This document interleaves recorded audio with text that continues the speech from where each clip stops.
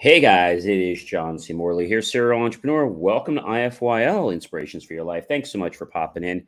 If you're new, you're going to notice there's a QR code at the top right hand corner of your screen. Just go to your phone, launch the camera app, and point it at the QR code like so. You'll see the yellow indication in the little oval. Just touch that. It'll take you to my link tree.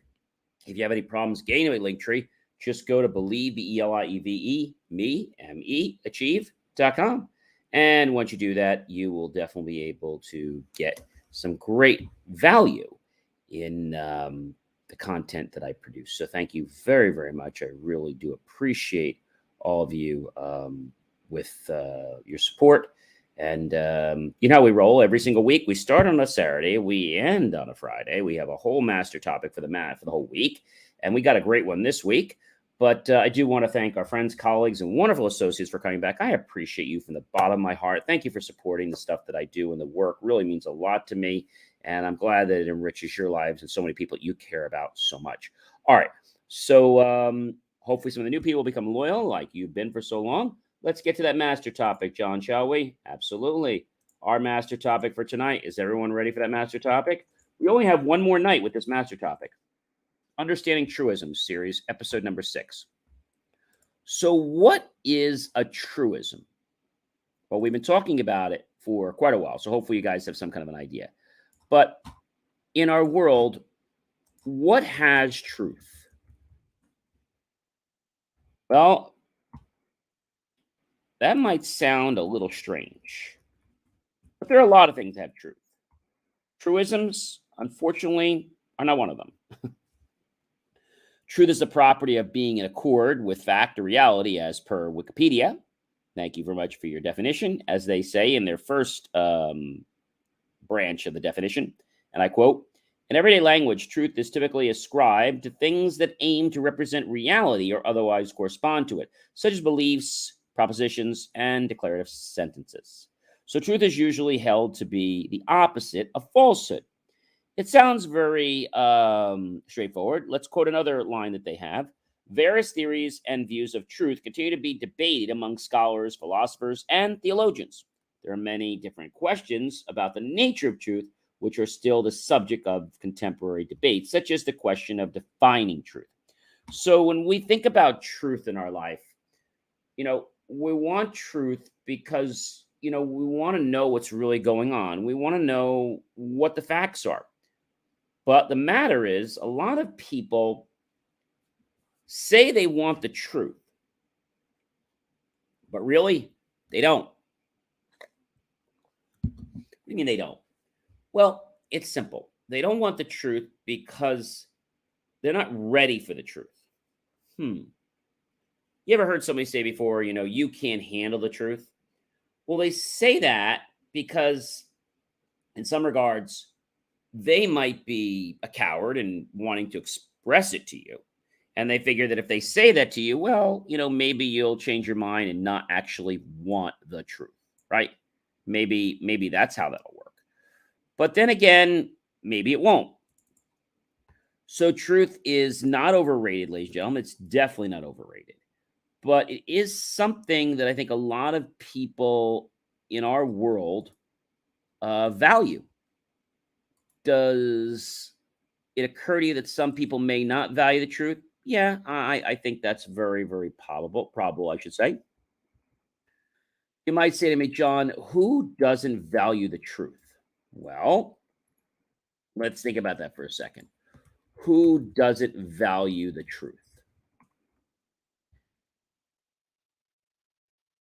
It comes down to a question, which is why don't more people value truth and objectivity? So, because not all people are from, let's say, the human mold of believing that we should treat each other the right way, they believe they can do what they want. And I feel that truth is not something you embrace for today. Okay. It's not something you live for tomorrow. It's not something you do to impress anyone in your life.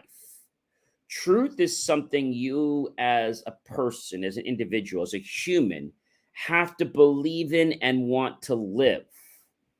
Well, you might say, "But John, I could get a lot further if I didn't live the truth." Could you? See, that false perception of where you think you could get or where you see others get to, remember, they might climb that ladder very fast, but I have news for you. People will come down that ladder very, very quickly.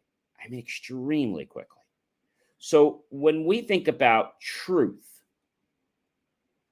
we're thinking about the epitome. We're thinking about what really is, not something that's a fairy tale or a make-believe land. But truth, in a lot of regards, is really no nonsense. It's no nonsense, right? But you might be saying, "Me, John, why is it no nonsense?" Well, it's no nonsense because a lot of people in our life, for whatever reason, believe that if we were to give and believe in the truth, you know what that would mean? That we'd be living a lesser life. And I have to tell you, that's not true at all. Okay? It's not true at all. So let's just think about that just for one moment. Think about the fact that there's truth in our world. Just think about that right now. So I want to ask this question: who hates the truth? Oh, well, let's talk about the main reason that people hate the truth. People hate the truth. Why? Because truth requires us to change, right? And if we don't embrace change, then we can't accept the truth. We may think we want the truth. We may believe we want the truth. We may have committed to saying all we want is truth. But you know what? When we actually get to the truth, we're like, you know what? Change is hard. This is uncomfortable. This has got some risk. So if you want truth in your life, are you ready to accept the fact that you may need to change, that others may need to change, that your belief structure may need to change? Are you ready for that? Because, see, if you're not ready to believe that a change is going to happen, then how can you accept truth? How? You can't. And if what you're doing appears to not be truthful, but it really is truthful, you're going to get a lot of people that are going to flock away from you. Why? Because they're going to realize that when you are about truth and they say they're about truth, but they really aren't, they're going to disappear from your life. Because it's like the rules are written for them, but they're not written for you. What does that mean? It means that they will make a decision and they'll write the rules so that they cater to themselves, but they won't work for you. Why? Because that's the world they're living. And so are they living a truth? No, they're living a lie. And the reason they're living a lie is because they cannot embrace the change. They cannot embrace the risk. They cannot embrace that something might be different, that something might be a little difficult. They can't really get their hands on the fact that truth can empower them. Because maybe there are people in their lives that don't live by the truth. Now, when you don't live by the truth, you have to make up lies. Then you have to remember those lies and those lies and the next lies and next lies and next lies. And you know what's going to happen sooner or later? You're going to forget the truth. You're going to forget the truth. You're going to have to do something so that you don't reveal what the truth is. And it's going to become complicated. And you're going to be on the fence to, is this the truth or is this a falsality? So if we were to live starting tomorrow with truth and ditched all the truisms that we know, I think not only will we have a better life, we'd have a better understanding, and we would be able to not only experience things, but we would be able to change as a person. And when we change as a person,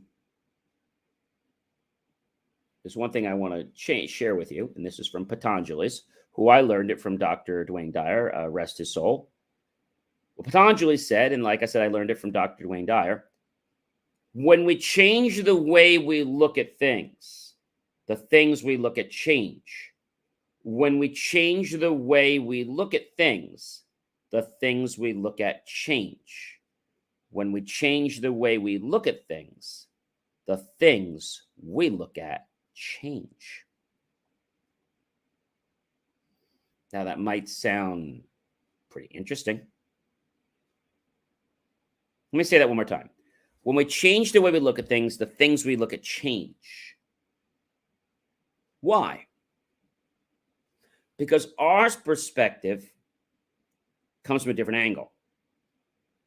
And that causes other people to pivot their perceptions, their reality, and yes, their life.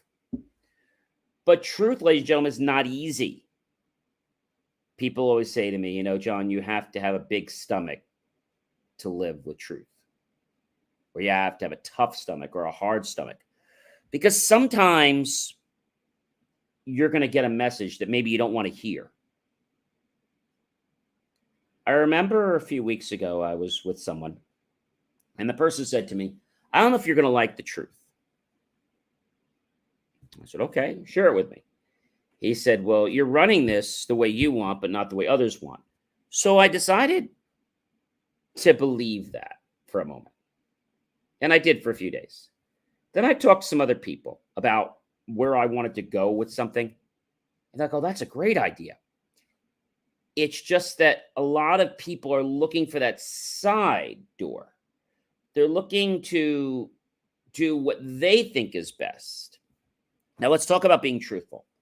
Being truthful means that you live a two-way street.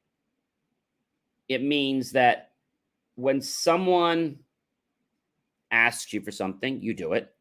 But when you ask them for something, they also do it. A truism might be, if I'm available to help you, I can. If I'm not, I'm not. What kind of statement is that? And I think they say it because helping you is not their priority. So they might say something like, you know, I'd like to help you if I can. What they're really saying is, I have no interest in helping you. But if there happens to be nothing going on that day, and I happen to feel up to it, and I really want to help you at that time, I might pitch in for a few minutes.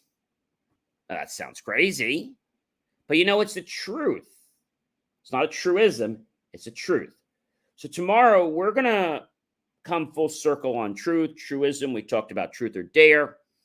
And I think the percentage of our world, if I had to ask right now, what percentage of our world wants truth? What percentage?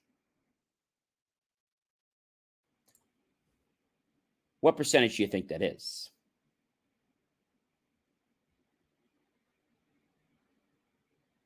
Think about that for a moment.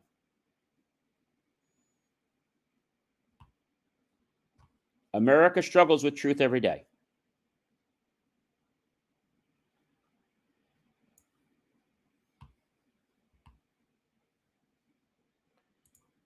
But my question is, what percentage of our world wants truth? What percentage?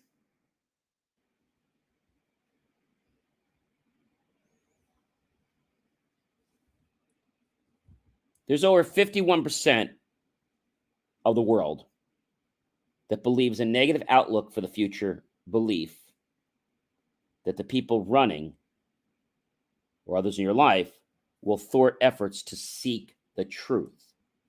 Why? Because when the truth is revealed, people have to pay the piper. Now, not literally with money, but they might have to change their story because maybe the story was never truthful. And you'll find that when you seek the truth, you're going to lose some friends. They were never your friends in the first place. They're hanging around you for a falsality. When you, as an individual, decide that I want nothing but truth in my life, you're going to find it a little lonely. However, the people that you choose, the people I said that you choose to have hang around you will be truthful. If I had to give you a number right now in our world, how many people do you think want the truth in our world? If I just had to think about that right now, I think it's right around 47% of people that want truth. The other people are just happy living the life they have, and they don't want to mess it up. They don't want to change anything. They just want to believe the way things are right now, even if they're not that way. Whether it's political, whether it's medical, whatever it is, they just don't want to upset the apple cart. They don't want to be a philosopher. They just want to accept things that they're told as fact. But you know, that's the worst thing you can do, ladies and gentlemen. That's accepting truisms every day. Well, hey, everyone, I have one more day to share with you tomorrow about truisms. Of course, we're going to wrap this whole thing up tomorrow night sometime. I hope you guys have a wonderful rest of your night.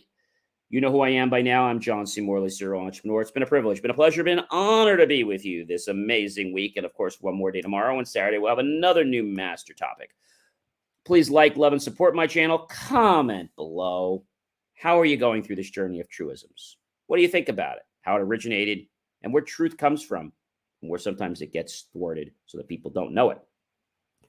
Tag your friends, your colleagues, and your associates and share this out with everyone you know on social media. And then be sure to like, love, and support, of course, my channel. But go to John space C space MORLEY space serial entrepreneur and look for that key phrase to help keep our content free. Make the choice, ladies and gentlemen, to buy my team and I a savory cup of hot chocolate or a refreshing slice of watermelon or perhaps a nice, refreshing drink. Either way, we'll be grateful with those pennies and dollars. We'll invest them into new hardware, new technology, new equipment, new software, even new facilities to give you the most jaw-dropping, motivational content to empower you to change your life if you really want to. I'll see you guys tomorrow. Have a great rest of your night.